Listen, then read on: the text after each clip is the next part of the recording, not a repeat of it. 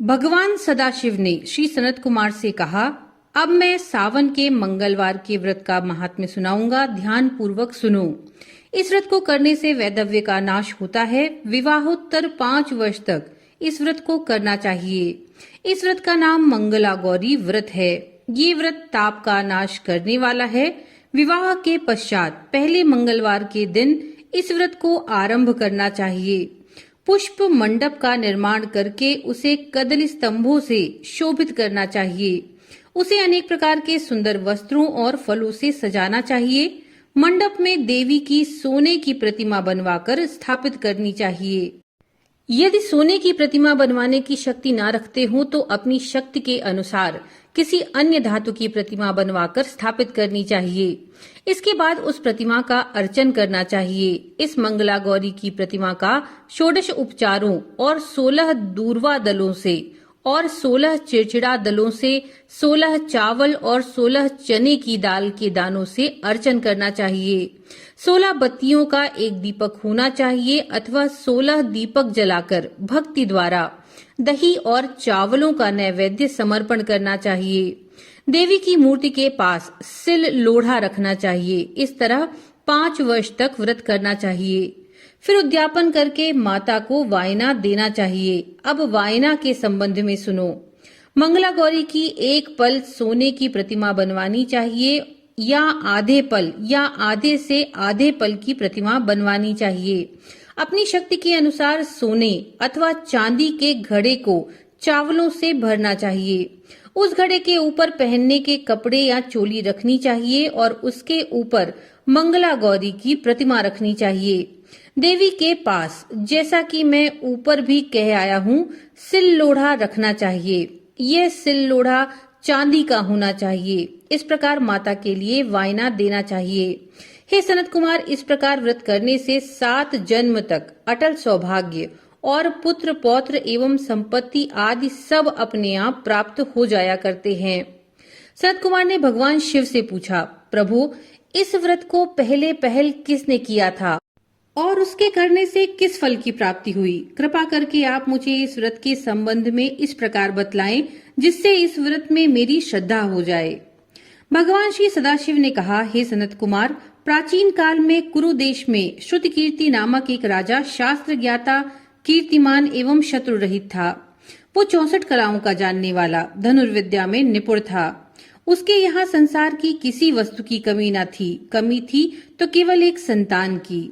उसने संतान के लिए देवी की आराधना भी की। एक दिन देवी ने उसकी आराधना से प्रसन्न होकर उसे साक्षात दर्शन दिए और कहा, हे श्रुतकीर्ति, वर मांगो।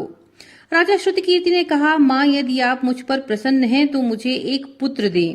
आपकी कृपा से मेरे यहाँ धन धान्य आदि किसी चीज की कमी नहीं। बस एक पुत्र सुख को छोड़कर मेरे यहाँ सब आनंद है। राजा के वचन सुनकर देवी मुस्कुराईं। उन्होंने कहा, राजन, तुमने एक दुर्लभ वस्तु की याचना की, फिर भी तुमको पुत्र अवश्य दूंगी। लेकिन तुम मेरी बात को ध्यान देकर सुनो। तुम्हारे यहाँ जो पुत्र होगा वो अत्यंत गुणवान तो होगा, लेकिन 16 वर्ष से अधिक नहीं जिएगा। हाँ, यदि एक सुंदर अथवा विद्या विहीन पुत्र होगा तो वो बहुत समय तक जीवित रहेगा।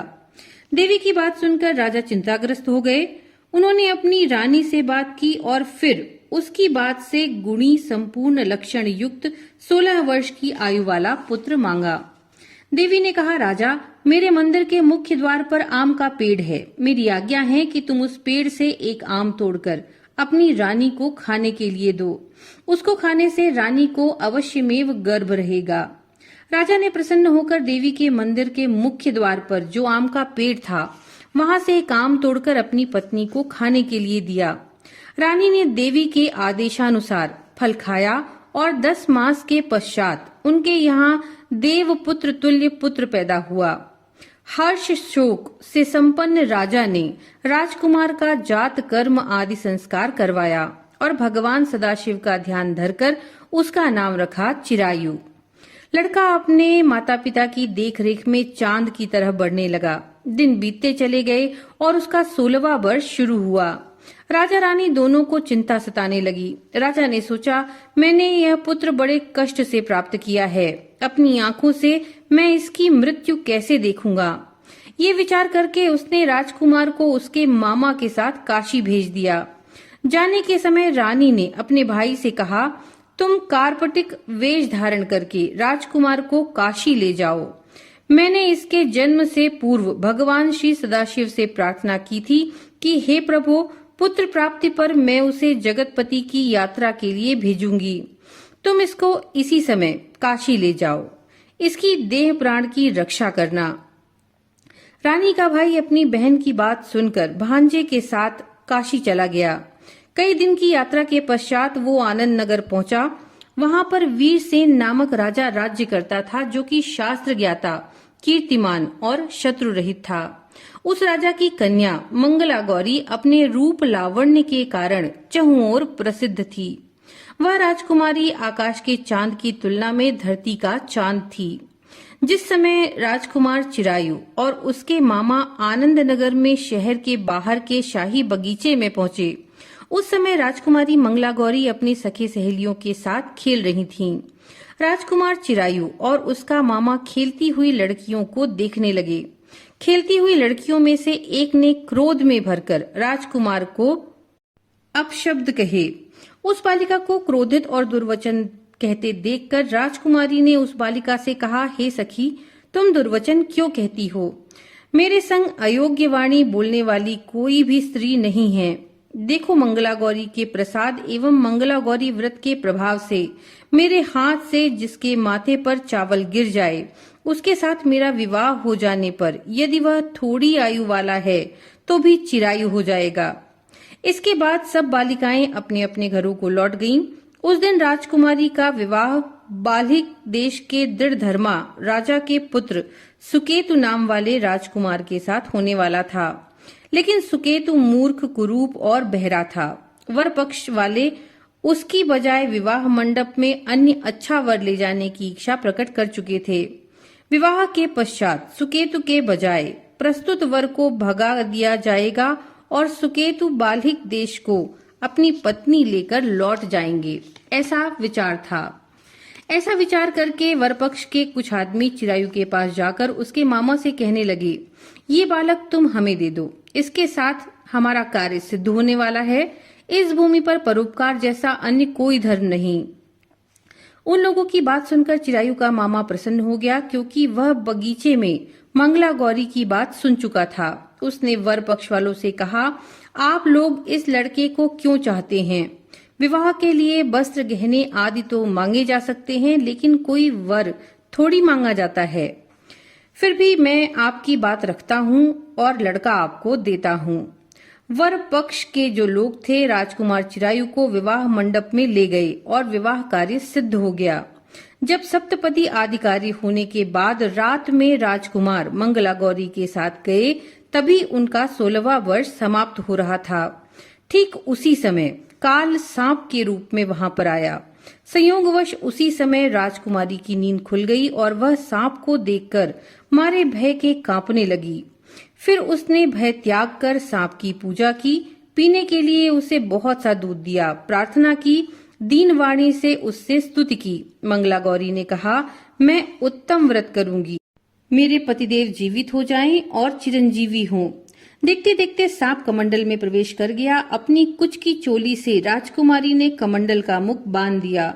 उस समय राजकुमार अपने शरीर के अंगों को ऐंठते हुए जाग कर उठकर बैठ गया। उसने राजकुमारी से कहा, मुझे बहुत भूख लगी है। राजकुमारी ने माता के समीप जाकर लड्डू आदि लाकर राजकुमार को खाने के लिए दिया। राजकुमार ने प्रसन्न होकर भोजन किया। हाथ धोते समय उसके हाथ से अंगूठी गिर गई। वह पान खाकर दोबारा सो गया। उसके सोने के बाद राजकुमारी कमंडल को बाहर फेंकने के लिए गई, लेकिन विधि के विधान से बाहर जाते समय चमकते हुए हार की चमक देखकर चकित रह गई। उसने उस घट में स्थित हार को अपने गले में पहन लिया। थोड़ी रात बाकी रहने पर चिरायु का मामा आकर उसे ले गया। चिरायु के जाने के बाद वर पक्षीय जन सुकेतु को वहां ले आए। मंगला गौरी ने जब सुकेतु को देखा तो कहा, ये मेरा पति नहीं है, इस पर वर पक्षीय जनों ने राजकुमारी से कहा, हे देवी, ये तुम क्या कह रही हो? यदि कोई पहचान हो तो कहो। मंगला गौरी ने कहा, रात को मेरे पति ने जो मुझे जड़ाऊ हार दिया है, उस हार के रत्नों की सुंदरता यह बतलाएं। ये कोई अन्य ही है। रात्रि में आम्र सेचन के समय जब मेरे पति का केसर युक्त पद मेरे पद में लगा, सब लोग उसे देखो। रात के समय मेरे और पति के बीच जो बातचीत हुई और हमने क्या भोजन किया, ये भी बतलावे तो ये मेरे पति होंगे। मंगला गौरी की बातें सुनकर वरपक्षीय जनों ने कहा, ठीक है, लेकिन सुकेतु उपरोक्त प्रश्नों में से किसी एक का भी उत्तर ना दे सका। इस पर कन्या पक्ष वालों ने उसके साथ राजकुमारी को भेजने से मना कर दिया और वर पक्षीय जन अपना सामू लेकर जैसे आए थे वैसे ही लौट गए। मंगला गौरी के पिता महाराजा वीरसेन ने प्रसन्न होकर एक महान यज्ञ रचा। उसने ये भी सुना कि वरपक्षीय जन किस प्रकार अपने कुरूप राजकुमार के बजाय किसी अन्य सुंदर युवक को विवाह के मंडप में ले आए थे और उसके साथ मंगला गौरी का विवाह हुआ। अब मंगला गौरी राजमहल के बरामदे में एक चिक की ओट में बैठ गई और प्रत्येक आते जाते यात्री को देखने लगी ताकि उनमें कहीं उसे चिरायु दिख जाए। उधर चिरायु भी अपने ससुराल का हाल जानने के लिए अपने मामा के साथ वहां आ पहुंचा। ज्यों ही वह चिक के सामने से गुजरा, मंगला गौरी ने उसे देखकर कहा, पिताजी, मेरे पति आ गए। राजा ने तुरंत ही मामा भांजे को राजभवन के भीतर बुलवा भेजा। मंगला गौरी की बताई हुई सब निशानियां चिरायु में मौजूद थीं। राजा ने वस्त्राभरण, अश्व, गज, रथ और अन्य बहुत सी चीजों के साथ मंगल गौरी चिरायु के साथ कर दी। उसके बाद चिरायु राजा वीरसेन से विदा होकर अपनी पत्नी एवं मामा के साथ कुलनंदन सेना सहित अपने नगर को आ गया। जब उसके माता पिता ने लोगों के मुख से उसकी वापसी के संबंध में सुना तो उन्हें इस बात पर विश्वास नहीं हुआ। वह सोचने लगे कि भाग्य के विपरीत कैसे हो सकता है। वे अभी सोच ही रहे थे कि राजकुमार चिरायु ने माता पिता के चरणों में प्रणाम किया। माता ने उसके सिर को सूंघा और उसके आनंद की कोई सीमा न रही। फिर उसने पुत्रवधू को अपनी गोदी में बिठाकर उनसे सारा हालचाल पूछा। भगवान शंकर बोले, हे महामुने, मंगला गौरी ने उसको व्रत का महात्म्य और पिछला समस्त घटनाक्रम बतलाया। हे सनत कुमार, मंगला गौरी के कारण ही तभी से ये व्रत मंगला गौरी के नाम से प्रसिद्ध हुआ। जो कोई भी इसे सुनेगा अथवा कीर्तन करेगा उसके सभी मनोरथ सिद्ध हो जाएंगे, इसमें संशय नहीं है। श्री सूत जी बोले, हे ऋषिगण, भगवान शंकर ने सनत कुमार से इस व्रत को कहा। वह इन कार्यों को सिद्धि देने वाले व्रत को सुनकर गदगद हो उठे। उनको इसके सुनने से परमानंद की प्राप्ति हुई।